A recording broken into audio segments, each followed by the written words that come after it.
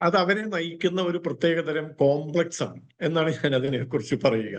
അതായത് ഇവർ ഞങ്ങളെ തോൽപ്പിച്ചു കളയുമോ എന്നൊരു ഭയം അവരുടെ ഉള്ളിലുണ്ട്. ആ ഭയമാണ് പുറത്തേക്ക് വരുന്നത്. എന്തുകൊണ്ടാണെന്ന് അറിയോ ശ്രീരഞ്ജിത്ത്?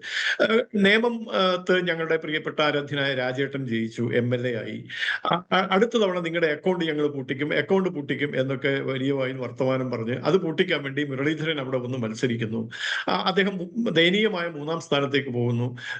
എന്നിട്ട് ആ തോൽവിയും ഞങ്ങളായിട്ട് ഒരു വലിയ കാര്യമായി നേടിയതാണ് എന്ന നിലയ്ക്ക് ചിത്രീകരിക്കുന്ന ഏറ്റവും ആഭാസകരമായ വാദങ്ങളൊക്കെ നമ്മൾ കേട്ടു. അപ്പൊ ഇത്തരക്കാർക്കൊക്കെ ഒരു ഭയമുണ്ട്. ഇവരൊക്കെ എവിടെയെങ്കിലും മത്സരിച്ചാൽ RSSകാർ വന്ന് ഞങ്ങളെ തോൽപ്പിച്ച് കളയുമോ എന്നൊരു ഭയമുണ്ട്.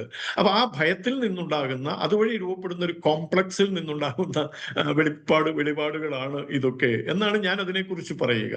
അല്ലാതെ ഞങ്ങളുടെ ലക്ഷ്യം ഞങ്ങൾ ജയിക്കുക, ഞങ്ങൾ നിർത്തുന്ന സ്ഥാനാർത്ഥികളെ നല്ല ഭൂരിപക്ഷത്തോടെ ജയിപ്പിക്കുക, കേരളത്തിൽ ഭരണം പിടിക്കുക എന്നുള്ളത് തന്നെയാണ്.